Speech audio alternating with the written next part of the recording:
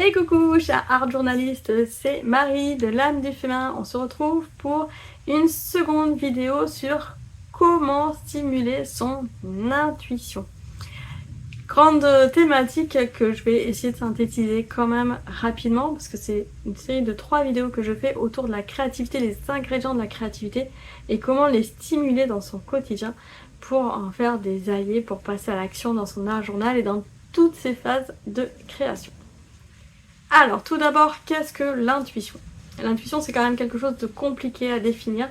Moi, je visualise ça comme une belle boîte noire qui est à l'intérieur de mon cerveau et qui va en fait faire appel à plein de ressources à l'intérieur de moi.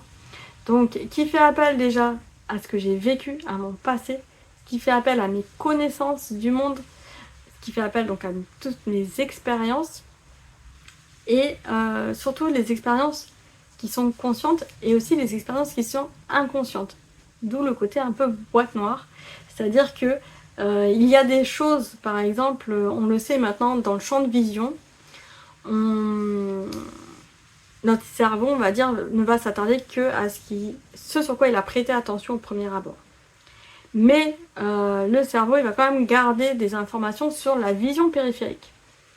Et par exemple, quand on conduit, on voit à peu près toujours ce qu'il y a devant nous, mais ça ne nous empêche pas d'avoir quand même le réflexe de quand il y a quelque chose qui arrive sur le côté, si on a le champ de vision correct, on va commencer à freiner avant même d'avoir dit il y a quelque chose qui arrive. On n'a pas le temps de parler, il y a quelque chose qui arrive, qu'on va avoir commencé à freiner. Parce que l'œil a été plus rapide, il y a un réflexe en fait qui s'est mis. Donc il y a cette partie réflexe qu'on peut mettre aussi dans l'intuition. Et il y a une autre forme d'intuition qui va être tout ce qui va faire appel à un savoir qu'on ne peut pas expliquer au premier abord de façon logique. Et donc là, on arrive sur l'intuition par rapport à l'expérience de vie, par rapport à son inconscient qui a aussi assimilé l'expérience de vie, mais qu'on aura du mal à retransmettre avec quelque chose de vraiment concret comme A plus B égale C.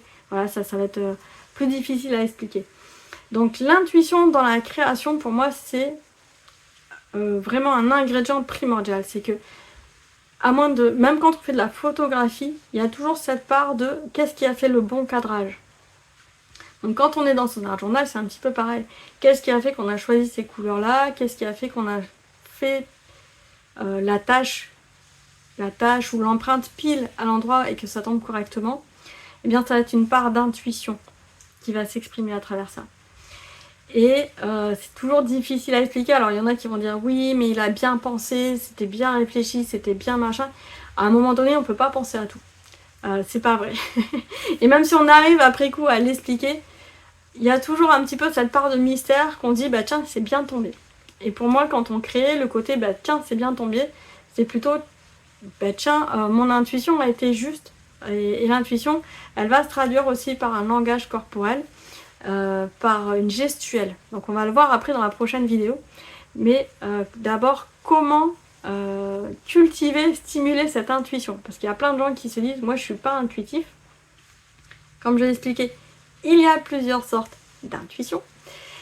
Mais on peut tous en fait stimuler cette intuition parce que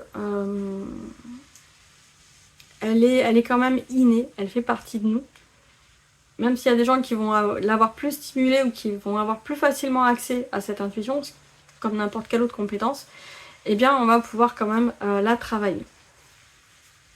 Alors, petit exercice pour stimuler son intuition, ça va être de s'amuser à suivre le hasard. Alors bien sûr, peut-être pas non plus jouer tout son argent au loto, parce que là on prend un peu des risques, hein. Après si on gagne pas, on n'a plus d'argent. Par contre, se mettre dans un cadre dans lequel on peut s'autoriser à faire une expérience de hasard. Moi ce que j'aime bien quand je me balade, alors des fois d'ailleurs mon homme n'était pas toujours très content, mais par exemple dans un secteur que je connais à peu près, pour aller me balader, je vais m'amuser à prendre n'importe quel chemin un peu au hasard, en me disant que de toute façon j'arriverai toujours à peu près à retomber sur mes pattes. Donc là j'ai pas trop de risques. Au pire je suis fatiguée et j'ai pas assez d'eau. Mais de m'autoriser à suivre le petit chemin où je sais pas où il va m'amener.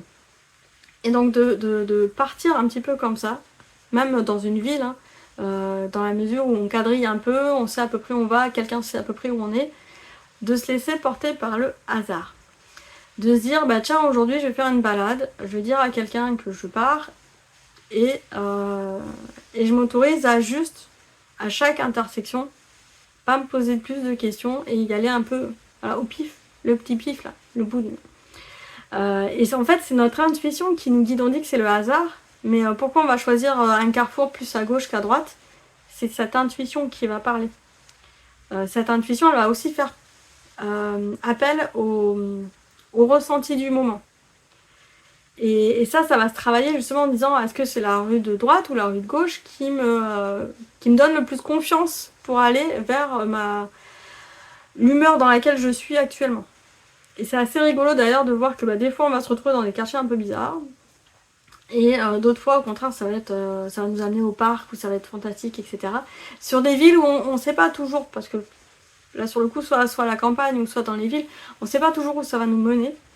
Et c'est assez rigolo parce que en général quand on broie un peu du noir, notre intuition et notre inconscient nous fait aller dans les endroits où c'est un peu glauque. Et alors que quand tout va bien et que ça rayonne, ça va aller plus facilement nous faire aller dans des endroits qui sont plus agréables. Donc ça peut être rigolo de se laisser porter comme ça par le hasard quand on se balade. Quand on n'a pas le temps non plus de se balader, toujours ça, on n'a jamais le temps, on n'a le temps de rien. Mais en tout cas, de prendre ce temps-là, c'est précieux. Et bien ça va être de s'amuser aussi à se faire confiance dans les petites choses du quotidien. Moi ce que j'aime bien quand je crée dans mon art journal, des fois je mets ma palette de couleurs, soit les craygrasses, soit la peinture, et sans trop réfléchir, prendre ma main et surtout, voilà, là je tends ma main gauche par exemple. Typiquement je suis tendance droitière, plutôt droitière de la main, et dans ces cas-là je sors ma main gauche, et c'est ma main gauche qui choisit la couleur, le crayon, le feutre, assez spontanément pour gribouiller. Et là aussi c'est faire confiance, et puis des fois je sors cette couleur, je me dis c'est quoi cette couleur là, et en fait j'y vais. Et c'est assez rigolo parce que à la fin de ma création, ok j'ai choisi les couleurs au pif, on en arrive toujours au hasard, et en fin de compte il y a quand même une harmonie qui sort sur la page à la fin. Et donc c'est ce pif, c'est ce hasard qui est en fait notre intuition. Et plus on va travailler ce pif, ce hasard, et plus on va voir que petit à petit il y a une harmonie qui va se faire alors qu'on aura l'impression de ne pas l'avoir réfléchi. L'intuition, c'est ça, c'est avoir l'impression de faire des choses sans avoir réfléchi, de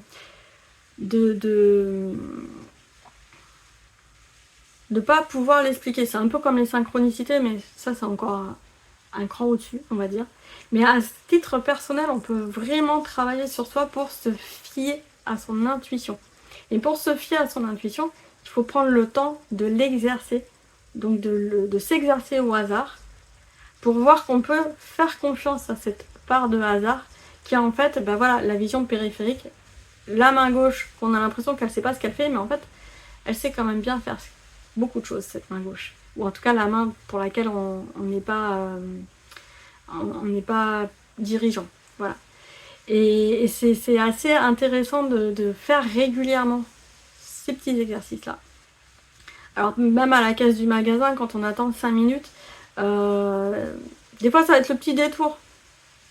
Le petit détour de dire tiens, je vais pas prendre le GPS aujourd'hui, je sais où je vais aller, je regarde juste avant de partir l'adresse, le point d'arrivée, mais je mets pas le GPS pour me guider rue par rue, et puis tant pis si je me fais 3 fois le tour de pâté de maison, s'autoriser à ça pour arriver à la bonne destination.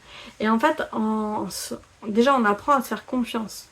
Moi ça m'augmente énormément ma confiance en moi depuis que je sais que j'ai cette part intuitive et que ça va aller. Qu'avec le hasard, en me faisant confiance, même si je ne sais pas toujours bien par où je vais passer, ça va aller et je vais y arriver.